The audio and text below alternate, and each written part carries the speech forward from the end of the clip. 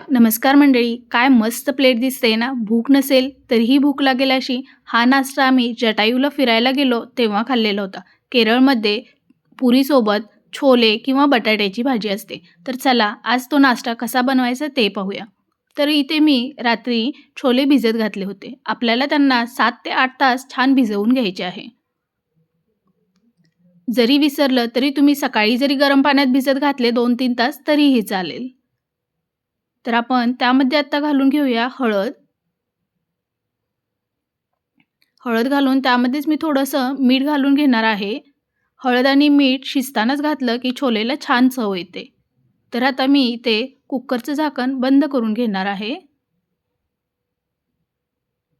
आपल्याला इथे 5 ते 6 शिट्ट्या करून घ्यायच्या आहेत कुकरला. तर आता इथे आपण मसाल्याची तयारी करूया. कढईमध्ये मी तेल घालून घेणार आहे. तेल गरम झालं की त्यामध्येच आपल्याला मोहरी घालायची आहे. मोहरी छान तडतडून द्यायची आहे.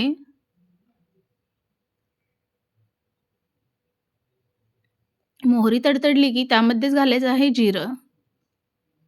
जिरंही छान फुलून द्यायचं आहे आणि आपल्याला त्यामध्ये घालायचा आहे कढीपत्ता. कढीपत्त्याने भाजीला एक छान चव येते आणि वासही छान येतो घरामध्ये. तर चला आता त्यामध्ये उभा चिरलेला कांदा घालून घेऊया. कांदा आपल्याला छान लालसर होईपर्यंत परतून घ्यायचा आहे.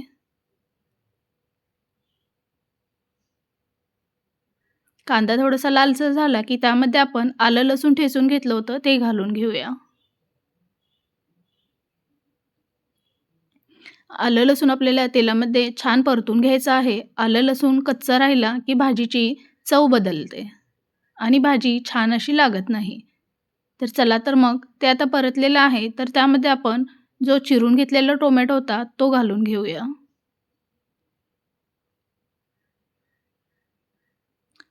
टोमॅटोही आपल्याला छान तेलामध्ये परतून घ्यायचा आहे.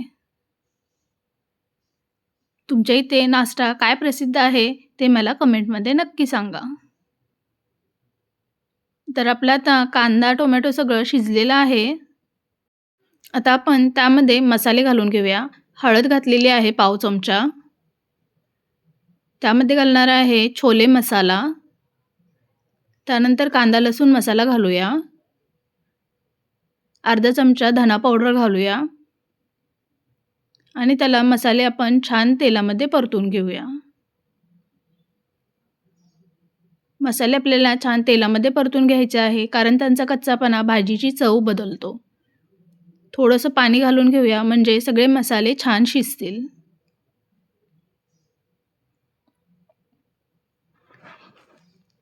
भाजी बनवतानाच घरात एवढा छान सुगंध येतो की भूक कमी असेल तरीही वाढेल आणि सगळेजण विचारतील आज नाश्ता काय बनवला आहे.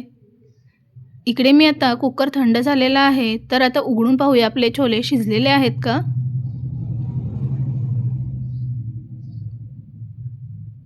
पाहू शकता आता छोले छान शिजलेले आहेत.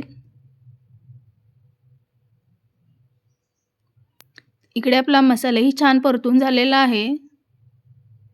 थोडंसं हलवून घेऊया आणि त्यामध्ये छोले घालून घेऊया.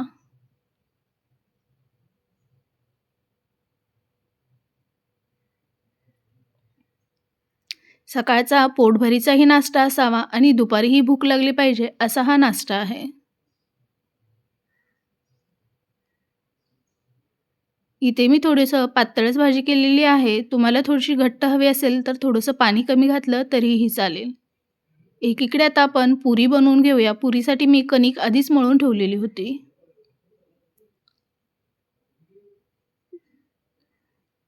एकीकडे मी आता कढईमध्ये तेलही गरम करायला ठेवणार आहे आणि पुरी लाटून घेऊया.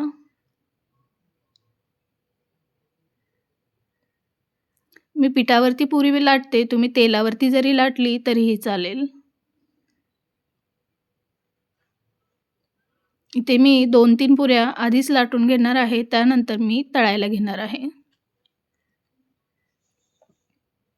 तेल आपलं गरम झालेलं आहे. त्यामध्ये आता पुरी घालून घेऊया.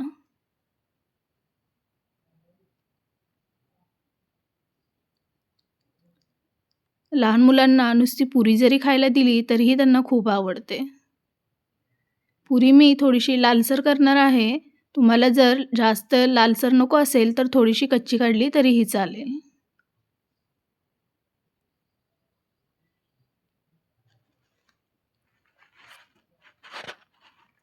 पुरी भाजीचा नाश्ता आमच्या घरी तर सर्वांना आवडतो. तुम्हालाही आवडतो का? इथे मी आता सर्व पुऱ्या तळून घेणार आहे. मला खरपूस अशी लाल रंगाची पुरी आवडते. त्यामुळे मी थोडेसे लाल केलेले आहेत. तुम्हाला माझी रेसिपी आवडली असेल तर लाईक करा, शेअर करा आणि सबस्क्राईब देखील करा. भेटूया पुढच्या व्हिडिओमध्ये.